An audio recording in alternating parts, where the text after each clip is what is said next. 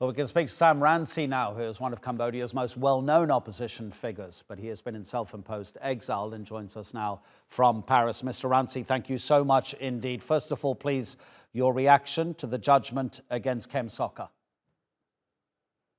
I want to pay my tribute to Mr. Kem Sokha. He is a brave and dignified man. He doesn't want to do what Prime Minister HunSen wants him to do. Prime Minister HunSen wants Mr. Kem Sokha to give up politics, to distantiate himself from the opposition and from myself. He was my vice president when I was the president of the only credible opposition party. Now he is paying for his courage. He has been sentenced to 27 years more in jail or in house arrest. I'm very glad you mentioned what the government, you believe, is trying to do in terms of divide you and Kem Sokha, because that is a widespread international analysis. I mean, this would not be the first time HunSen has acted like this to try to create division between those people who oppose his leadership of the country.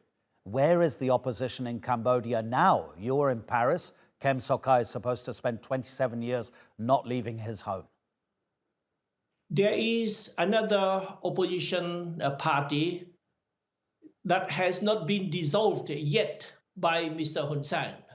But I am afraid that when that new opposition party becomes big enough and threaten his rule, Mr. HunSen will dissolve it again, because we are approaching election. The next election will be held in July this year. Can you tell us how you believe the government is using the courts to try to stifle opposition? Definitely, the court in Cambodia is politically subservient to the ruling party in general and to Mr. HunSen in particular. Myself, I have been sentenced to life in prison because I represent the democratic opposition.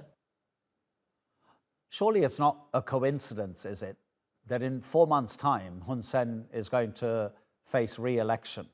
At the moment, his party holds every single seat in parliament, and yet the country calls itself a democracy. I'm kind of asking you two questions there at once, Mr. Rainsy. Sorry, it's about the elections coming up and therefore the timing of the judgment passed against Kem Sokha, but also how the ruling party has every single seat in parliament right now. This is a facade of democracy. In Cambodia, democracy is fake and justice is fake.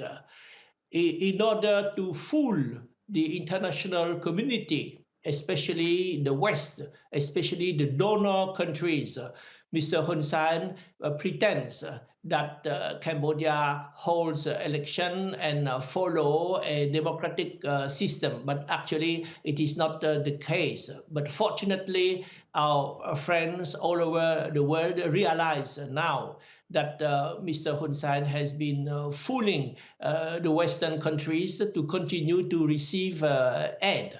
But now he knows that there will be sanctions because this is too brutal. Enough is enough.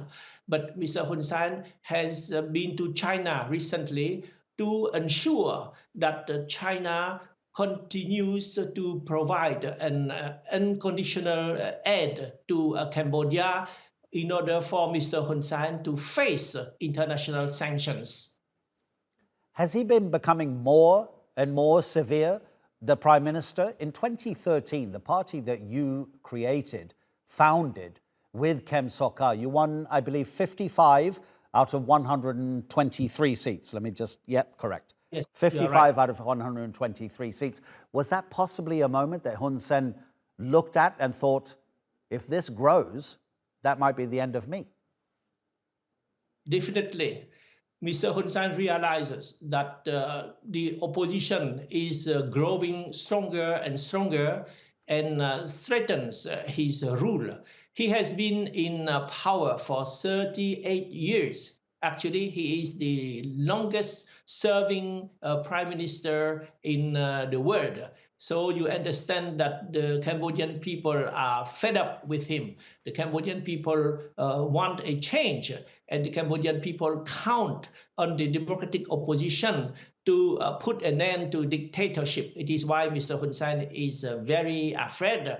He is willing to do anything to suppress the opposition and to remain in power forever. I mean forever because at least it is for his family. He wants his son to succeed him in the very near future because he is over 70-year-old now.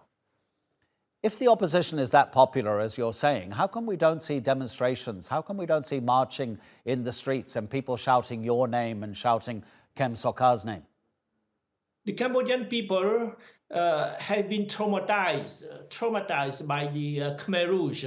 The Khmer Rouge regime, and I would like to recall that Mr. Hun Sen was an apparatchik, was a leader of the Khmer Rouge movement. The Khmer Rouge killed 2 to 3 million people. 1/3 of the population were killed by the Khmer Rouge. So you understand why the Cambodian people is traumatized. It's like North Korea. North Korea has a very brutal regime, but you don't see any demonstration against Kim Jong-un in North Korea because the regime is very violent, very cruel.